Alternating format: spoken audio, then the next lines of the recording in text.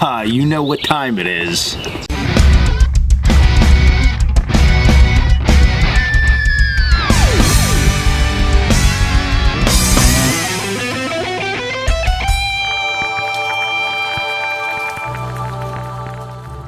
What's up guys, Dan here, Coalcracker Bushcraft. It is that time of the year. It's season change. That means new gear loadout. So if you're newer to this channel, what am I talking about? Like, what do you mean new season, new gear loadout? So every season I try to change up my gear, not only because it's fun, but because I get to learn some new stuff about equipment, and then it just spices it up out here. So I like to show everybody what I'm going to be carrying for the spring of 2024. We'll go through it, and maybe it'll give you some ideas. You can go through your gear for the summer camping season if you haven't already set it up, and you know, have a good time with it until you get out there next time. All right, so first I like to start out with just my mindset behind this and what my thought was when putting this kit together, and it was really a mix of, I wanted to use some more modern camping equipment because we have a lot of students that have been coming through our courses that have a hiking background, so they use a lot of lightweight equipment, and then as they transition over, I tell them, listen, you don't have to go and get all bushcraft leather and canvas and use just that. Mixing the things and having this hybrid kit can work just fine for what we do out here, because at the end of the day, bushcraft's all about just having fun and doing what you like while you're out here, and then intermixing some of the skills that we teach here into those camping sessions. So that's really what I want to do. I want to take some of the more modern gear and some of the traditional gear, mix it all together, and then use it and see how it works over my next few camping trips, and then I can make a better decision and better informed information for everybody out there when they ask. So we'll go through this. It is literally no specific order whatsoever, and then hopefully it will enlighten you a little bit. All right, so let's, before we get into this, and this on me, just a fixed blade belt knife. This is one of our Coalcracker knives, so I like that on my hip. I don't have an axe with me. Can you believe that? The forest is gonna drop a tree on my head. But no, seriously, the reason why is because sometimes I'm gonna intermix an axe once in a while into this kit if I think I need it. But this time of the year, we're not looking at a lot of campfires, just maybe in the evenings a campfire. So without it being really cold, I don't need to process a lot of wood. So I didn't think that I need that. And a lot of the projects that I have lined up in my head to do, I don't need an axe for. I'm gonna just stick with the knife for a little bit. So that's what we got going on as far as tool-wise that I'm carrying. Now, I also have the haversack, which has a bunch of stuff in it, and then the pack. So let's start with the pack, and then we'll move over to haversack, because this has more small little items. So this pack itself, this is one of our cabin packs, but I modified it, and the reason I did that is because I know the guy who makes them. So it's me. So I made this to actually fit one of these cool World War II pack frames. So I think it's a radio frame, actually. You can find these things on eBay and stuff like that. So it's all canvas. This is actually wood, and then there's like a little bottom plate on there. They don't always come with these bottom plates. Usually you have to buy them separate, but that works really nice. It just keeps a little bit more stability there on the bottom. So that's the pack setup, and then this is the cabin pack that we sell. Now, you're gonna notice on the outside I have this large hank of rope.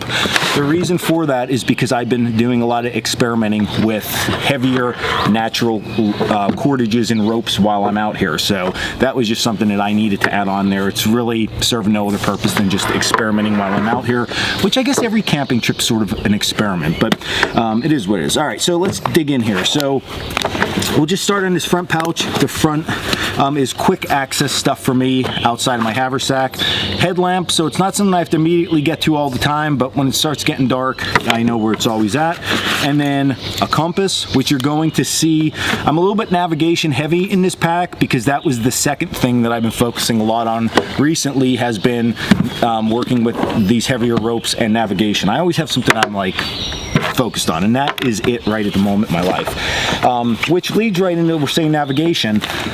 At the top of this, I have a topographical map. So It's just the layout of my operational area, so I can use this for stuff. You get these maps at My Topo. If you're wondering like how do you get one, go to My Topo. You can make custom ones. You can get all different stuff, and they're waterproof and they hold up really, really well. This is my notepad that I call my Bushcraft Bible. Lots of information in here, and this is where I'm putting my notes for all my navigation and knot tying stuff, so I carry this along. It's a little bit added weight, but again, it's something I need while I'm out there. You gotta have the metal water bottle, and speaking of this, let's just break into haversack for 1 second. So we have the metal water bottle. Spring, summer, I need to stay hydrated. I came to the conclusion at my age, I crash real bad in the afternoon if I'm not really pounding water all day. So we have the metal bottle, backup for boiling and everything else. In the haversack though, what we got is a larger Grail. So these Grail water filters are actually pretty cool. Basically, it's like a French press. You fill up the dirty water here, you put this on, press it through, and then all the clean water goes into another reservoir. You can drink right out of this, or you can pour it in here and then have double trouble. So I like this though because I don't have to worry, especially now it's getting hot out. It's so hot and sunny yesterday. I'm sunburned. It would be hysterical if I took this shirt off because I look like a tomato. But point being, I don't want to have a campfire on top of all that, especially when I'm moving around a lot. So these things work great for summer months, and we team those two up. All right, back in the backpack. So on the same note of drinking, we're looking at cooking. So we have a couple different cooking items here in this little pack. So I have just a small little bush pot for myself. I have a plate, and I can also use this right over the campfire if I'd want to. This came out of a cook set, so I have a whole bunch of these plates. They work great for that.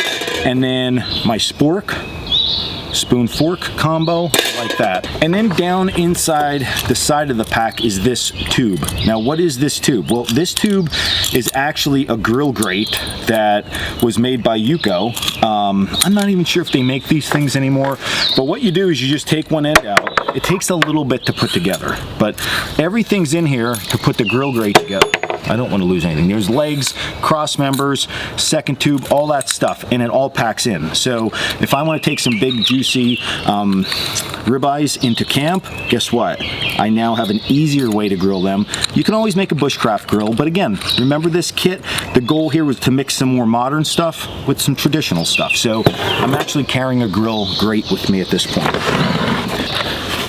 All right, now this is just an old tin container I found at a thrift store for sewing machine parts, but inside I built out a little repair kit for myself. I love carrying all types of stuff to repair and take care of my gear.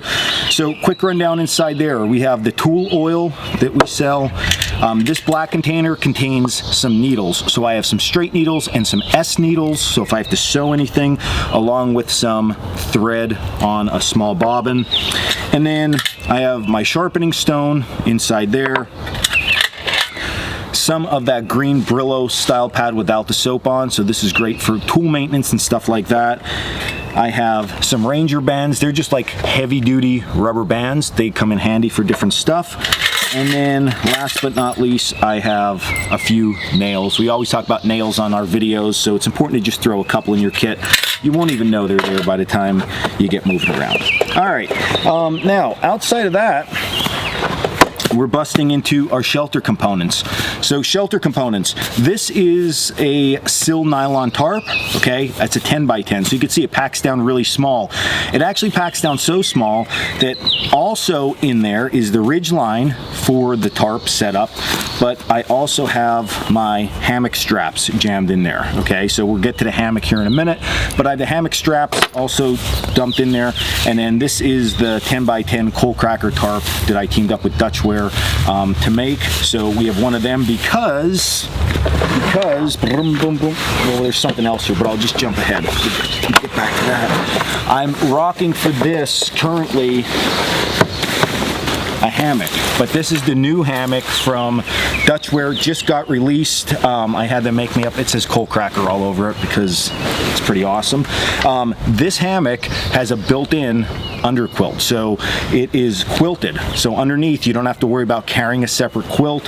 You just carry your hammock, which I love. And you see it packed down really, really small, and it blows up really, really big. We'll set this up here in a minute because people have questions, but that's what I'm rocking right now. So really easy setup there. And I love the fact that you don't have to deal with an underquilt. They are a pain in my, you know what. So we'll get to that. I don't want to step on that. So we'll get to that here in a little bit. Hammock setup, but the straps go with that, and then my tarp over it. And yeah, I've got that. So, bug net. This is the bug net for the hammock. I do carry this because if the bugs are out, it's really bad, but it gets cold enough here at night that you do need that underquilt, and you do not really need a bug net right now. So I put it in to play around with it a little bit, but when I camped with this, no bug net needed. Okay. All right, guys, so here it is. This is the Quilted Cameleon from Dutchware Gear. So this is their like mainstay product, the Cameleon, only they made it better because they added a built-in, best part of this, built-in underquilt to this thing, okay? And you see I got my logo on it because I have the hook up there, but point being that this is now part of the hammock system, so I could do craziness, right? Whirlwind, it's not going anywhere. And if you ever used an underquilt before on a hammock, what you realize is, number one, you have to attach it. It's sliding all over the place. In the middle of the night, if you shift around, the underquilt can shift out from underneath you, then you're freezing. Not anymore. So this is just built right in here, and it works absolute wonders. There's different temperature ratings you can get when you order one of these things, so you just pick what you're going to need. And then just like all their other products, a ton of different accessories. Like I said, I have the bug net, and you'll see when you go to order, a ton of different stuff on there. So really easy and fast setup. It packs down super small. I'm not the most technical guy. I think I probably drive those guys nuts when they see me or hear me talk about hammock stuff, because there's a lot of technical information with hammocks, but the thing is, I use it and it just always works. So you don't have to be super technical with it, although online it'll drive you nuts with that. You set it up, you get in it, and you sleep comfortably, and it's keeping you up off the ground, so it works great.